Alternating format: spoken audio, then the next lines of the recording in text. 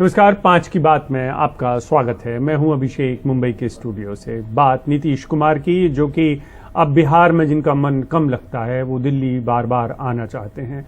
बात 2024 की करना चाहते हैं, बात विपक्षी एकता की करना चाहते हैं और इसके मिशन में वो लग भी गए हैं। वो अपने सिपह सालारों के साथ लगातार मुलाकातें कर रहे हैं विपक्षी नेताओं से, जिनमें उन्होंने आम आदमी पार्टी के नेता अरविंद केजरीवाल से मुलाकात की, उन्होंने डी राजा से मुलाकात की जो कि सीपीएम के भी नेता से मुलाकात की, उन्होंने मुलाकात की है राहुल गांधी से, सीताराम येचूरी से, उन्होंने जेडीएस के नेता एचडी कुमारस्वामी से भी बात की है। इन मुलाकातों में वो बार बार खुलकर कह रहे हैं कि विपक्षी एकजुटता अगर कर ली जाए तो बीजेपी को 50 सीटों तक समेटा जा सकता है। इस मुहिम के तहत आज उन्होंने ओम प्रकाश चौटाला से भी मुलाकात की, नीतीश, मुलायम सिंह यादव और अखिलेश यादव से भी मुलाकात करने वाले हैं, ऐसी अटकलें हैं। राहुल गांधी से साथ मुलाकात हो चुकी है और उनका आने वाले वक्त में दौरा या मुलाकातों का दौर महाराष्ट्र की राजनीति को लेकर भी हो सकता है, जिसमें हो सकता है कि वो शरद पवार के साथ भी मुलाकात करें और उसके बाद शिवसेना तक भी पहुंचे।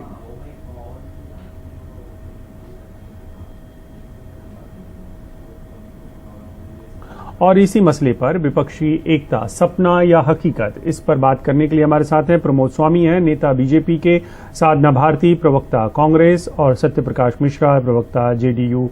आप तीनों का बहुत बहुत स्वागत है। आप तीनों जुड़े इसके लिए शुक्रिया आपका। सबसे पहले बात सत्य प्रकाश मिश्रा जी आपके साथ, क्योंकि आपके नेता दिल्ली के दौरे पर हैं, उनका मन बिहार में कम लग रहा है। तो ये एक बात कि भानुमति का कुनबा, कहीं की ईंट कहीं का रोड़ा, ये तो पहले भी ट्राई कर चुके हैं लेकिन जमे नहीं विपक्ष के लोग। क्योंकि आप लोग कैसे जम सकते हैं जब अरविंद केजरीवाल खुद ही कह रहे हो कि वो उनकी पार्टी कह रही हो कि वो प्रधानमंत्री पद के दावेदार हैं। अभिषेक जी, आपने जो कहा है कि उनका मन बिहार में नहीं लगता, ये पूरी तरह से आपकी और मीडिया की कोरी कल्पना हो सकती है। वो एक राष्ट्र नेता हैं और राष्ट्रीय जिम्मेदारी के तहत जो मौजूदा हालात हैं देश के, उस हालात में विपक्ष की एकता को फिर से परिभाषित और स्थापित करने के लिए नीतीश कुमार जी जयप्रकाश नारायण जैसे महान लोगों की राह पर निकले हैं। आपने एक बात और कहा है कि विपक्ष की एकता कभी हुई नहीं। ऐसा नहीं है। इस देश में गठबंधन की सरकारें चली हैं और इमरजेंसी के बाद लोकनायक जयप्रकाश नारायण जी ने जिस तरह से विपक्ष की एकता से इंदिरा गांधी की सरकार को उस समय की मौजूदा हालात को देखते हुए हटा दिया था, आज भी कमोबेश हालात वैसे ही हैं, जहां महंगाई की मार आम जनता झेल रही है, युवाओं को अग्निवीर बनाया जा रहा है, मौसमी रोजगार दिया जा रहा है, रोजगार की दर में भारी इजाफा है, रोजगार का जो बेरोजगारी की दर है वो काफी बढ़ चुकी है। 80 करोड़ लोग, मुझे एक बात कहने दीजिए, 80 करोड़ लोग भारतीय जनता पार्टी की सरकार कहती है कि वो उसको खाना मुफ्त दे रहे हैं, मतलब उनके जेब में पैसा नहीं है। वैसी हालात में अगर राष्ट्र नेता जैसे नीतीश कुमार हैं, वो यदि विपक्ष की एकता को एक साथ स्थापित कर इस देश में एक लोकतंत्र के मूल्यों की स्थापना करना चाहते हैं, तो इसमें किसी को दिक्कत क्या है? ठीक है। मेरे साथ जैस्मिन शाह भी जुड़ेंगे, प्रवक्ता है आम आदमी पार्टी के, उनसे भी मैं सवाल कर लूंगा। मैं आपसे दूसरा सवाल पूछ रहा था। सवाल ये था कि आप लोग ऐसे इतने ज्यादा विरोधाभास में जुड़े हुए हैं विपक्ष के लोग कि एक साथ आएंगे कैसे? आम आदमी पार्टी कांग्रेस के साथ मुकाबला करना चाहती है, गुजरात में वो रिप्लेस करने का सपना रखती है, दिल्ली में उसने उनको अलग करके अपनी सत्ता हासिल कर ली है, तो वो एक कांग्रेस के साथ कैसे आएंगे? कांग्रेस सबसे बड़ी पार्टी है। जेडीयू किस तरीके से उनको मना पाएगा, वो आप अगर बताते तो बात सही होती। हमारे साथ साधना भारती जी हैं, प्रवक्ता, फिर उसके बाद मैं बीजेपी के पास भी आऊंगा। साधना भारती जी, आप लोग क्या नीतीश कुमार के ये जो मुहिम चल रही है उसमें कितना साथ है, पहले तो ये बता दीजिए। दूसरा ये कि आपकी पार्टी विपक्ष का नेतृत्व करने योग्य नहीं बची है, या वो करना नहीं चाहती है, या ये कमान आपने आउटसोर्स करके नीतीश कुमार को दे दी है? आदरणीय अभिषेक जी, देखिए, हम खड़े हुए हैं गांधीवादी विचारधारा के साथ। देश में दो ही विचारधारा है, पार्टी चाहे कितनी भी हो, विचारधारा दो मुख्यता है। एक है गांधीवादी विचारधारा जो जोड़ने की बात करती है, अहिंसात्मक रास्ते पर चलती है, सत्याग्रही होते हैं और एकता और अखंडता की बात करते हुए आगे बढ़ते हैं, जिसके साथ कांग्रेस मजबूती से खड़ी है। दूसरी विचारधारा है गौरसेवादी विचारधारा, जिसके साथ भाजपा खड़ी है, जो सत्याग्रही है, जो सांप्रदायिकता की बात करते हैं, कभी किताब हिजाब करते हैं, कभी अली बजरंगबली करते हैं, कभी शमशान कब्रिस्तान करते हैं, लेकिन महंगाई पर बात नहीं करते, बेरोजगारी पर बात नहीं करते, किसानों पर बात नहीं करते। तो मुझे लगता है विचारधारा जो है गांधीवादी, उसके साथ खड़े हैं, विपक्ष को मजबूती के साथ एकता में, एकता नहीं, सुन लीजिए, आप मुझे बताइए कि विपक्ष इतना विरोधाभास से जुड़ा हुआ है, साधना जी, विपक्ष इतना विरोधाभास से भरा हुआ है, आप आम आदमी पार्टी के साथ क्या सहज हो पाएंगे? नहीं, देखिए, ये तो किसके साथ सहज होंगे, किसके साथ असहज होंगे, मैंने बता दिया ना आपको कि जो विचारधारा जो गांधीवादियों के साथ होंगे, जो एकता अखंडता चाहते होंगे, महंगाई बेरोजगारी पे काबू पाना चाहते होंगे, आएंगे, विपक्षी एकता दिखाएंगे, और 2024 में जो मोदी की महंगाई की मोदी मार है, भ्रष्टाचार पार है, युवा बेरोजगार है, जो 80 करोड़ लोगों को देश में जो 140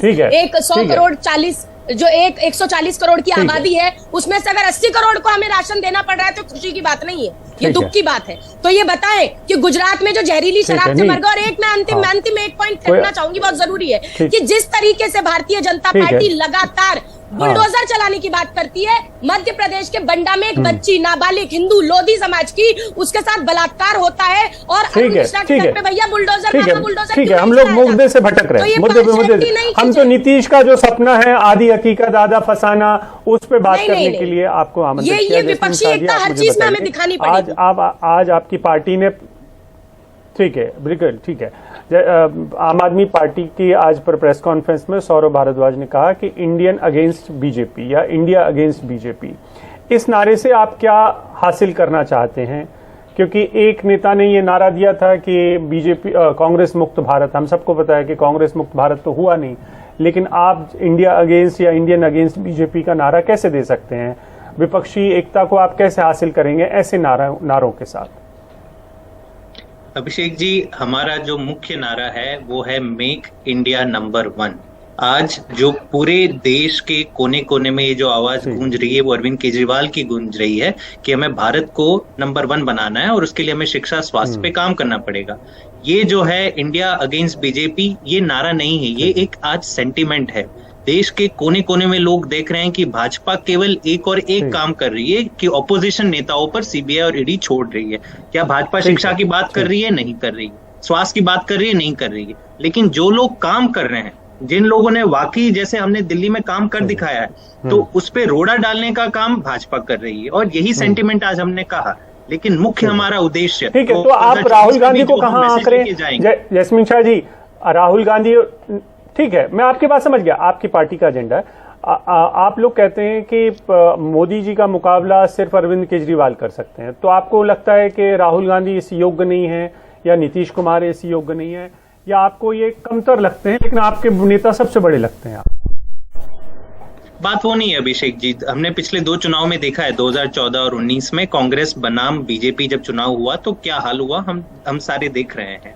हम केवल यही कहना चाह रहे हैं कि आज देश के लोगों ने मन बना लिया है। उन्होंने देखा है कि केजरीवाल जी ने दिल्ली में काम किया है, पंजाब में भी हम काम कर रहे हैं, गुजरात और हिमाचल में जो हमें रिस्पांस मिल रहा है, तो देश के लोग चाहते, एक नया चेहरा चाहते, एक नई उम्मीद चाहते हैं। मैं आऊंगा आपके पास, बिल्कुल मैं आपके पास आऊंगा। सत्यप्रकाश मिश्रा जी से हम ठीक है, सत्यप्रकाश मिश्रा जी से हम ये समझेंगे कि जब ये कांग्रेस को इस तरीके से कटघरे में आम आदमी पार्टी खड़ा कर देती है तो विपक्षी एकता कहाँ बचने वाली है। प्रमोद स्वामी जी, माफी चाहता हूँ, आपको वेट करना पड़ गया। आप लोगों के खिलाफ विपक्ष एक हो रहा है। कल तक नीतीश आपके साथी थे, और इसमें भी कोई शक नहीं है कि आपका एनडीए तो लगातार बिखरते ही चला जा रहा है। आप अपने साथियों को साथ रखने में नाकामयाब रहे हैं। देखिए, ऐसा है अभिषेक जी कि 2024 का जो चुनाव है वो नीति नेतृत्व के ऊपर लड़ा जाएगा, नीति नेतृत्व और कार्यक्रम। तो विपक्ष के पास क्या नीति है, क्या नेतृत्व है, और क्या विजन है, और क्या कार्यक्रम है। तो विपक्ष के जिन पैनलिस्टों ने अभी तक अपनी बात को रखा, उन्होंने न तो नीति की बात की, न नेतृत्व की बात की, और न विजन की बात की। तो इनके पास न नीति है, न नेतृत्व है, न विजन है। अब सवाल रहा कि जो विपक्ष आज तक ये तय नहीं कर पाया कि उनका 2024 में नेतृत्व कौन पर करेगा और देश का प्रधानमंत्री का कैंडिडेट कौन होगा। केजरीवाल जी की पार्टी ने तो खुद ही घोषणा कर दी कि वो मोदी जी से अच्छे प्रधानमंत्री के कैंडिडेट है, और नीतीश जी ने स्वयं नहीं कहा, लेकिन तेजस्वी जी उनके लिए बैटिंग कर रहे हैं। वहां दीदी की भी इच्छा है प्रधानमंत्री बनने की, और भी ऐसे कई नेता है जिनकी प्रधानमंत्री बनने की इच्छा है। लेकिन सबसे बड़ी बात है कि इतनी बड़ी पुरानी राहुल गांधी को नहीं जोड़ रहे हैं, गलत बात है वैसे। नहीं, मैं वही कह रहा हूं, इतनी बड़ी जो पुरानी पार्टी जो कांग्रेस है, उसका कोई विपक्ष का नेता नाम नहीं ले रहा। मेरे कहने का मतलब है, मेरे बोलने से तो नहीं होगा, विपक्ष का कोई भी नेता, चाहे छोटा बेटा नेता ही कह देता कि हम राहुल जी को भी प्रधानमंत्री के रूप में देखना चाहते हैं, तो चर्चा छोड़ नहीं, सुन लीजिए, अरे मेरी बात सुने, अरे बीच में क्या बोले, आप बोल ली ना। अच्छा, जेंटलमैन की तरह चुप रही ना, आप तो हर जगह बोलते हैं। आप लोगों की आप पार्टी की प्रॉब्लम ही यही है कि आप इतना ज्यादा बोलते हैं कि लोगों ने आप समझ गया कि ये सिर्फ बोलने वाले काम। ठीक है, उनकी प्रॉब्लम में नहीं जाते। नहीं, ठीक है प्रमोद स्वामी जी, नहीं, आप लोगों में भी जब विपक्ष में थे तो आप लोग बहुत अच्छा बोलते थे। ठीक है, उनको किसी दिन बुलाइएगा, उनसे अलग से चर्चा करेंगे। अच्छा, दूसरी मेरी बहन ने कहा कि बलात्कार वगैरह की बात, अभी झारखंड में इतने बलात्कार हुए, 2 बलात्कार हुए आदिवासी महिला से, छोड़ देते। ठीक है, लेकिन वो मसले बहुत गंभीर हैं और उसको तू मैं नहीं निपटा सकता हूँ। देखिए, महिलाओं के खिलाफ जो मसले हैं, नहीं प्रमोद स्वामी जी, आज हम विशुद्ध विपक्षी एकता सपना या हकीकत पे बात कर रहे हैं, तो हम इसी पर रहते हैं। आप मुद्दों में जाएंगे तो मैं बीजेपी के राज्य गिनाऊंगा आपको, साधना जी आपको बीजेपी के राज्य गिना देंगी, मैं तो साधना जी को कांग्रेस शासित राज्यों का हाल बता दूंगा। देखिए, इस तू में से देखिए, जनता को नहीं, छोड़ दीजिए साधना जी, में बलात्कार बेहद गंभीर मसला है, उसको तू में हम नहीं डिस्कस करना चाहते हैं, उसकी चर्चा नहीं होनी चाहिए, ये उस तरीके से चर्चा का विषय नहीं है। ठीक है, रुकिए साहब, मैं देखिए, आज लोगों की निगाह इस बात पर रहने वाली है कि अगर नीतीश जी आए हैं कोई विजन लेके या कुछ बात लेके, तो उनके ऊपर बात करनी चाहिए। हम सबको, खुद बीजेपी को भी वो बात करनी चाहिए। आप ऐसे में तो हम बात नहीं कर पाएंगे। ठीक है, सत्यप्रकाश जी, मुझे ये बताइए कि जो जैस्मीन कह रहे हैं, जो जी साधना जी, आऊंगा मैं आपके पास। देखिए, महिलाओं के मसले गंभीर मसले हैं, उस पर हम बात करेंगे। सत्यप्रकाश जी, मुझे ये बताइए, अपने घर में भी बोलेंगी और दूसरे के घर में बोलेंगी तो चर्चा नहीं। मुलाकात हुई नीतीश कुमार और अरविंद केजरीवाल के बीच में, मैं एक बात रखना चाहूंगा, ऐसे में चर्चा नहीं हो पाई। ठीक है, मैं आप लोगों की आवाज कम कर रहा हूं, मैं सत्यप्रकाश जी के पास जा रहा हूं। सत्यप्रकाश जी, मुझे आप बताइए कि देखिए, एक पैनल में जहां पर विपक्षी एकता का सपना कम से कम दिखा सकते थे, वहां पर भी जैस्मीन शाह आपके साथ नहीं है, क्योंकि देश की सबसे बड़ी विपक्षी पार्टी तो कांग्रेस है, और उसमें अगर आम आदमी पार्टी का भरोसा नहीं है, और ऐसी बहुत सारी पार्टियां हैं जिनका, आम आदमी पार्टी जैसी बहुत सारी पार्टियां हैं जिनका कांग्रेस में भरोसा नहीं है और नेतृत्व की चाबी उनको नहीं दे सकते हैं, तो वो क्यों आपके साथ आए? क्यों राहुल गांधी को आपके साथ आना चाहिए या नीतीश कुमार के सपने में साथी होना चाहिए? एक तो ये बात। दूसरी बात ये कि ये भानुमति का कुनबा जो है, वो सब अपनी अपनी ढपली, अपना अपना राग करना चाहते हैं, और देश के सामने एक ऐसा विपक्ष, ऐसा विकल्प दे सकता है क्या जिसमें कोई एक पॉइंट हो, एक प्रोग्राम हो बीजेपी के खिलाफ?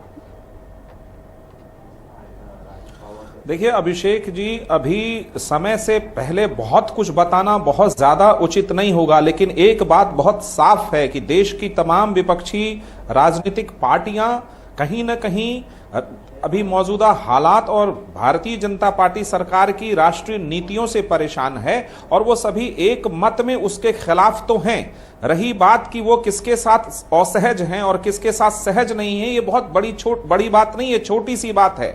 आप इतनी सारी विपक्षी पार्टियां हैं, उनको नीतीश कुमार जी जब एक मंच पर लाने की कोशिश में निकले हैं, तो उसमें भरोसा रखिए पूर्ण सफलता मिलेगी, और सभी पार्टियां इस देश में एक संयुक्त विपक्ष होकर के पूरी मजबूती के साथ भारतीय जनता पार्टी की जो सरकार है, उसकी जो राष्ट्र की कुनीतियां हैं, उसके खिलाफ एक मंच पर खड़ी होंगी, और उस एक मंच पर जब खड़ी होगी तभी इस देश की राष्ट्रीय नीति प्रधान नीति होगी, उस प्रधान नीति पर खड़ी होगी। आपसी के विरोधाभास को मीडिया जरूर एक जगह दे रहा है, भारतीय जनता पार्टी जरूर इस तरह के कवायदों में शामिल रहेगी, लेकिन लोकतंत्र के मूल्यों की रक्षा करने के लिए नीतीश कुमार की जो कोशिश है वो इस देश में सफल होगी, इसका पूरा भरोसा है।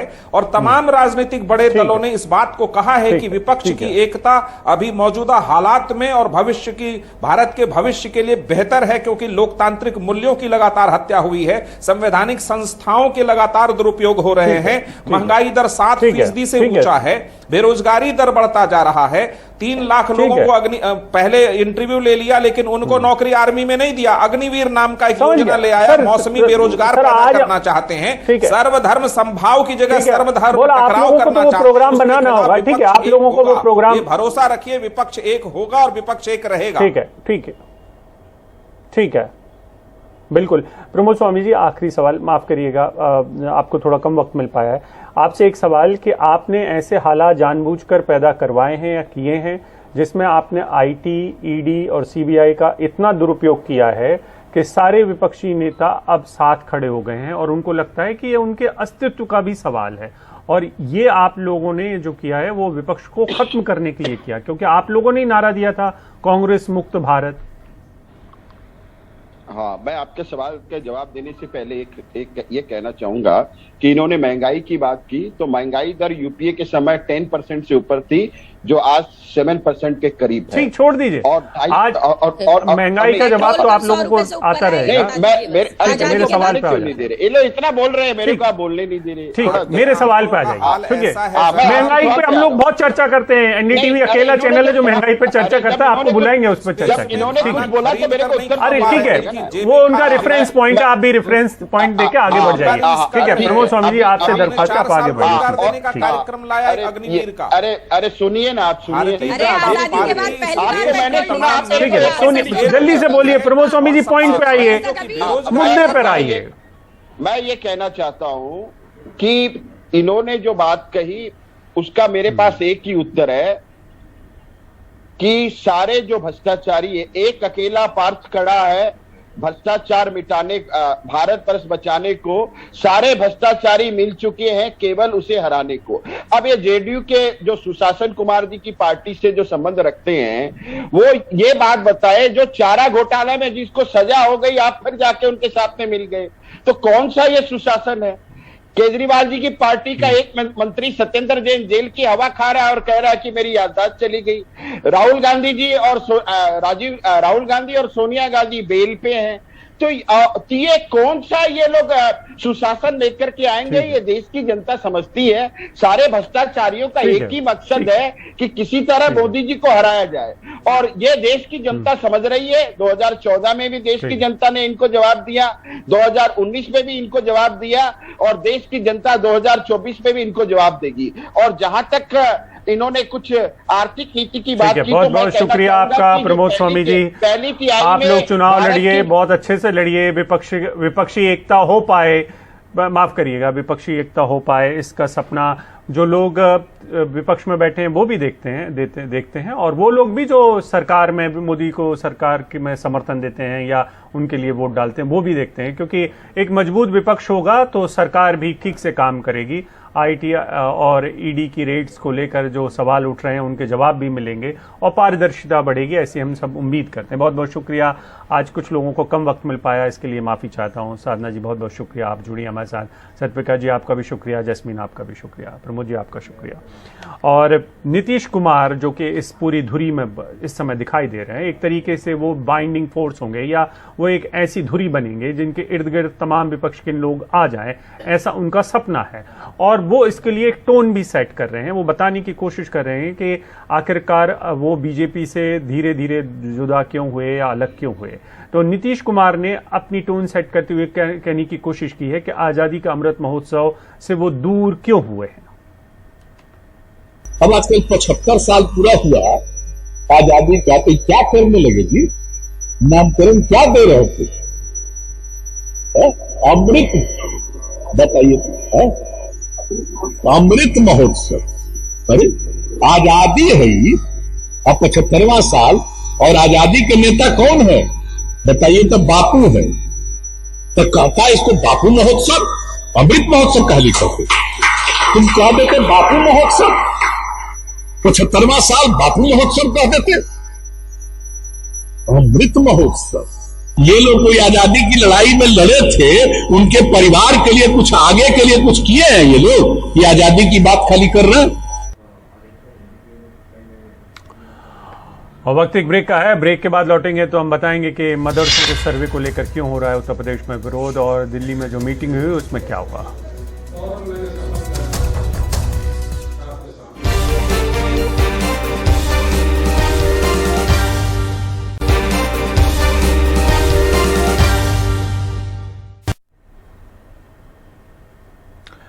यूपी सरकार ने गैर सरकारी मदरसा या सरकार से सहायता प्राप्त न करने वाले मदरसों का सर्वे कराने का फैसला लिया है, जिसको लेकर अब मदरसा संचालकों की एक बैठक है, जिसको लेकर गुस्सा है। यूपी में हो रहे इस सर्वे को लेकर आज दिल्ली में बैठक की गई और इस बैठक की अध्यक्षता जमीयत उलेमा ए हिंद के अध्यक्ष महमूद मदनी ने की। आपको बता दें कि कुछ दिन पहले यूपी सरकार ने एक बैठक की थी जिसमें तय किया गया था कि राज्य के सभी गैर सरकारी मदरसों का सर्वे किया जाएगा। सर्वे टीम में एसडीएम, बीएसए और जिला अल्पसंख्यक अधिकारी के शामिल होने की बात है। इस सर्वे का कई संगठनों ने विरोध किया है।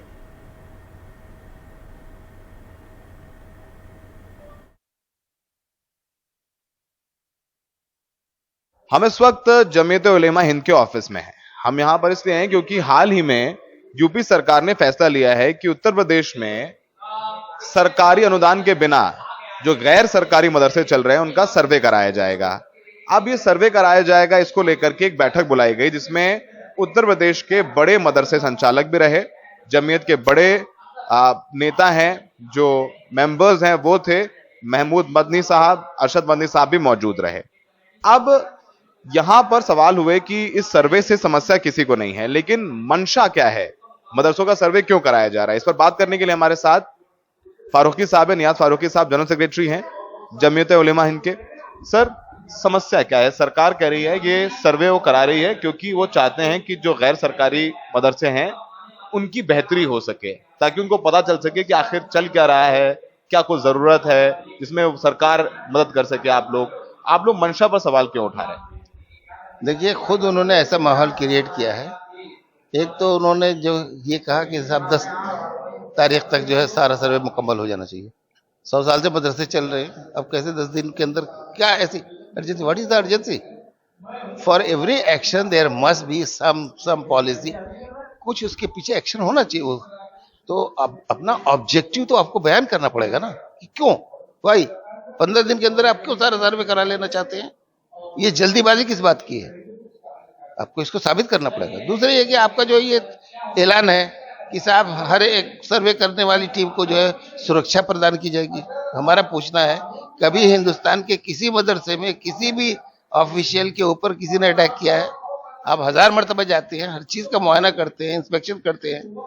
अब दारुल देवबंद के अंदर आपके टीम बराबर गई हुई है, किसी के ऊपर इतना बड़ा इदारा है, किसी ने अटैक किया, किसी ने कुछ भी किया हो, एक भी मिसाल बता दीजिए, तो फिर ये बयान देने की क्या जरूरत है। तो आप सर्वे में लेकिन कह रहे हैं कि आप सर्वे करवाइए, सरकार के अगर मुलाजिम आते हैं तो बिल्कुल सर्वे करवाइए, सही तरीके से जो आपके पास सही मालूमात है उनको प्रोवाइड करिए, उनको एक्सेस दीजिए। लेकिन अदालत, सरकार, आप लोगों ने कमेटी बनाने की बात की, आपने बोला कि कमेटी बना के सरकार से मिलेंगे, ये कमेटी क्या करेगी? ये हाई पावर कमेटी है, ये सरकार को ये मैसेज देगी कि अगर कोई प्रॉब्लम आप फील करते हैं तो हम हमारे साथ शेयर करिए। अगर हम लोग ज्वाइंटली मिलकर अगर इसको कम्युनिटी के अंदर अगर कोई सुधार लाना है तो कम्युनिटी के जरिए ही वो सुधार आ सकता है। मदरसा कम्युनिटी के अंदर सुधार लाना है तो मदरसा कम्युनिटी के जरिए उनके पार्टिसिपेशन से आ सकता है, लड़कर नहीं हो सकता। बहुत शुक्रिया हमसे बात करने के लिए। तो नियाजी साहब ने अच्छे से समझाया कि उनके मसले क्या हैं, उनके जहन में सवालात क्या हैं। उनका यही कहना है कि सर्वे से समस्या नहीं है, लेकिन जो सरकार की मंशा लग रही है वो कहीं ना कहीं डिफेम करने की लग रही है, या जो मुस्लिम मदरसे हैं उनको खराब नाम, बुरा नाम देने की लग रही है। नई दिल्ली से Saurabh Shukla, NDTV India.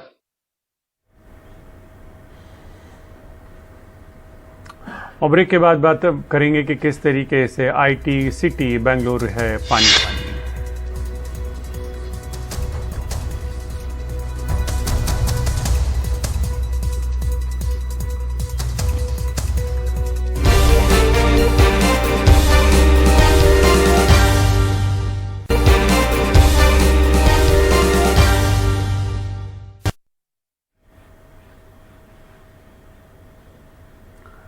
Bengaluru IT city है, सिलिकॉन सिटी है और क्लाउड के पर काम करने वाली सिटी है, लेकिन अब जब बादल बरसे हैं तो वो पानी पानी हो गई। बारिश ने बेंगलुरु की रफ्तार पूरी तरीके से रोक दी। बेंगलुरु में जो बारिश हुई है वो सामान्य से 18 गुना ज़्यादा हुई, जिसके चलते सब कुछ थम गया, सब जगह पानी भर गया। बाजार में पानी भरा हुआ है, गड्ढे बड़े जानलेवा हो चुके हैं, गाड़ियां डूबी हुई दिखाई दी, ट्रैफिक रेंगता हुआ दिखाई दिया और बड़े महंगे रिहायशी इलाकों में पानी भर गया। जेसीबी और ट्रैक्टर के जरिए लोगों को निकालने की कोशिश की जाती रही। लाखों करोड़ों का नुकसान हुआ है।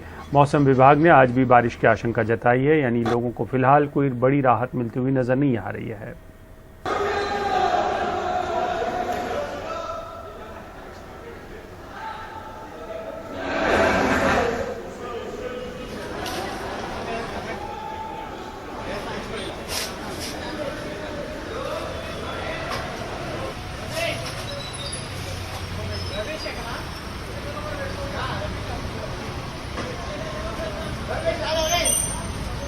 और बेंगलुरु की बारिश ने सबसे अधिक नुकसान आईटी सेक्टर को किया है। एक अनुमान के मुताबिक 2 दिन की बारिश में इस सेक्टर को करीब 250 करोड़ का नुकसान हुआ है। हालात ये है कि आईटी कंपनी में काम करने वाले लोग ट्रैक्टर की मदद से दफ्तर जा रहे हैं।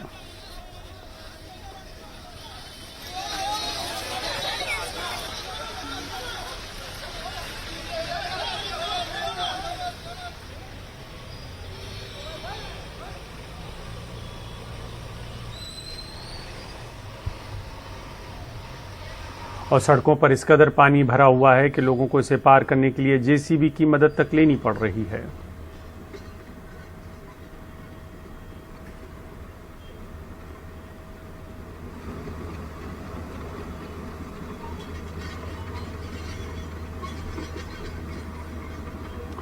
और बेंगलुरु का हाल बता रहे हैं हमारे साथी निहाल किदवई।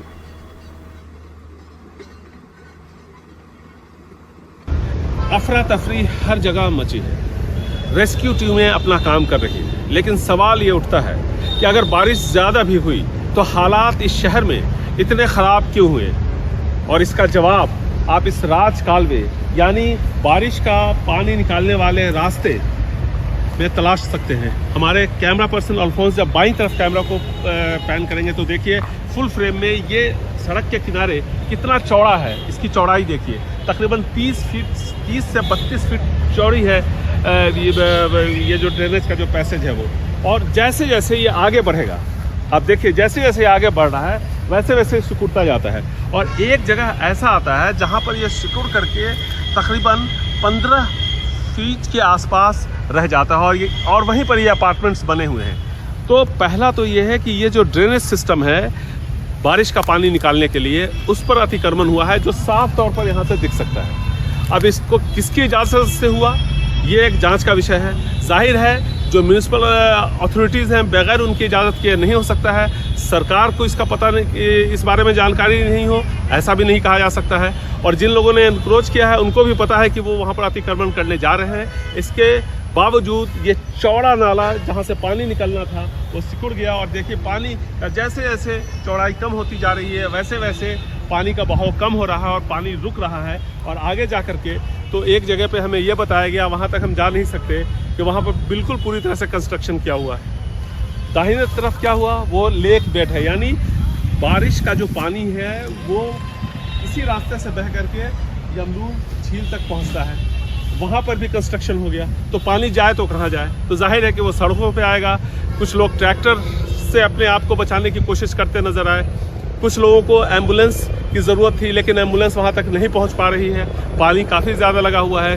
कई जगहों पर हमें ये भी जानकारी मिली, जो तस्वीर हमें मिल रही है उसके हिसाब से ऐसा लगता है कि पानी 1 फ्लोर तक जा चुका है।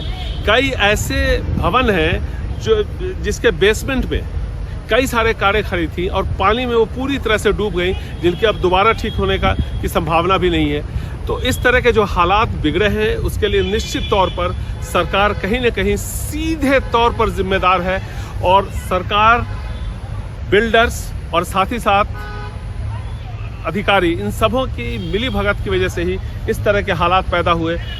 स्टॉर्म वाटर का जो ड्रेनेज है उस पर इंक्रोचमेंट होता है और हालात यहाँ पर ख़राब हो जाते हैं। अब तक बेंगलुरु के हालात नहीं सुधरे हैं। यहाँ तक कि मद्रास सैपर्स जो कि सेना का अंग है, उसके कुछ जवानों को बुलाया गया है, कुछ इक्विपमेंट्स के साथ वो आए हैं ताकि पानी के बहाव को, पानी का जो जमाव है उसको ख़त्म किया जा सके, फिर से बहाव को रिस्टोर किया जा सके। ये कोशिश चल रही है, लेकिन अब तक पानी का बहाव और जमाव जैसे था वैसे के वैसे ही है। और जब तक ये पानी पूरी रफ्तार से बहता हुआ बाहर नहीं निकलेगा तब तक शहर से पानी नहीं निकल सकता है। ऐसा बताया गया है कि अभी और बारिश हो सकती है, तेज़ बारिश हो सकती है, और अगर 3-4 घंटे और तेज़ बारिश हुई तो हालात और ख़राब होंगे। HL बेंगलुरु से कैमरामैन अल्फोंस के साथ निहाल खिदवई, NDTV इंडिया।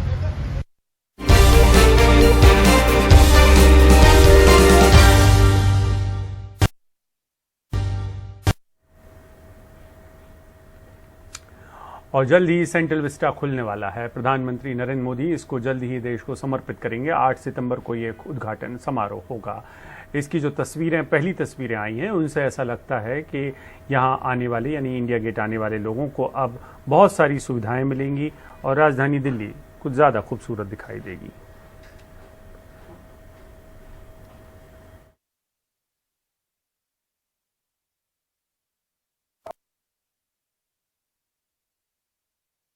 इस वक्त हमारे साथ अलाप पटेल हैं जो DCP traffic new Delhi range हैं। सर, सेंट्रल विस्टा को लेकर जो अरेंजमेंट की गई ट्रैफिक को लेकर, उसमें किस तरह की व्यवस्था? जैसे कि आपको पता है कि सेंट्रल विस्टा का उद्घाटन होना है 8 सितंबर को, तो काफ़ी लोगों ने इसको काफ़ी देर से राह देख रहे हैं कि ये प्रोजेक्ट का इनॉग्रेशन हो, राजपथ पे लोग सैर करें, लॉन्स और फव्वारों का लुत्फ उठाए। तो हमें अपेक्षा है कि बहुत भारी मात्रा में दिल्ली के नागरिक आएंगे और राहगीर होंगे, उसमें बुजुर्ग होंगे, बच्चे होंगे। तो इन सब की सुरक्षा के मद्देनज़र और साथ ही साथ ट्रैफिक को सुचारू रूप से चलाने के लिए कुछ विशेष इंतज़ाम किए गए हैं, जिसके तहत Tilak Marg, Purana Qila road, Shershah road, doctor Zakir Hussain road, Bhandara road, Shahjahan road, Akbar road, Ashoka road, KG Marg और कॉपरनिकस मार्ग, इन रोड से जनरल ट्रैफिक को डाइवर्ट किया जाएगा ताकि लोग जो घूमने आए हैं, पैदल यात्री है और जो गाड़ियों में आ रहे हैं, तो वो लुत्फ उठा पाए। ये ना हो कि वहाँ कंजेशन हो जाए, जाम लग जाए, चौक। इसके अलावा डीटीसी से आग्रह किया गया है कि वो पार्क एंड राइड फैसिलिटी का भी आयोजन करे। भैरव मार्ग पर से एक पिकअप पॉइंट रखा गया है, एक पिकअप पॉइंट कॉनॉट प्लेस पे रखा गया है, एक जवाहरलाल नेहरू स्टेडियम पे, और एक जो है वो हमने रिक्वेस्ट किया है कि राजघाट के पास से पिकअप पॉइंट रखे हुए। इसके अलावा ये उन लोगों को के लिए होगा जो यहाँ पर आना चाहें उस दिन, उनके लिए? हाँ जी, पिकअप पॉइंट वहाँ होगा। डीटीसी की बसों में वो बैठ कर आएंगे और सी हेक्सागन के पास ड्रॉप ऑफ पॉइंट होगा। इसके अलावा सरकार से भी हम लोगों ने गुजारिश की थी कि आधे दिन के इसमें हाफ डे ऑफ हो जाए, ताकि जो गवर्नमेंट एम्प्लॉइज़ हो वो पहले थोड़े फ्री हो जाए, तो उससे थोड़ी सहूलियत हो जाएगी। इसके अलावा जो पब्लिक ट्रांसपोर्ट है उस पर तवज्जो देने के लिए हमने नागरिकों को अनुरोध किया है वो अपने प्राइवेट व्हीकल्स लेके ना आए, 2 व्हीलर्स, 3 व्हीलर्स, 4 व्हीलर्स का इस्तेमाल ना करें, कैब का इस्तेमाल ना करें, पब्लिक ट्रांसपोर्ट का इस्तेमाल करें ताकि वो एंजॉय कर पाए और सेफली एंजॉय कर पाए।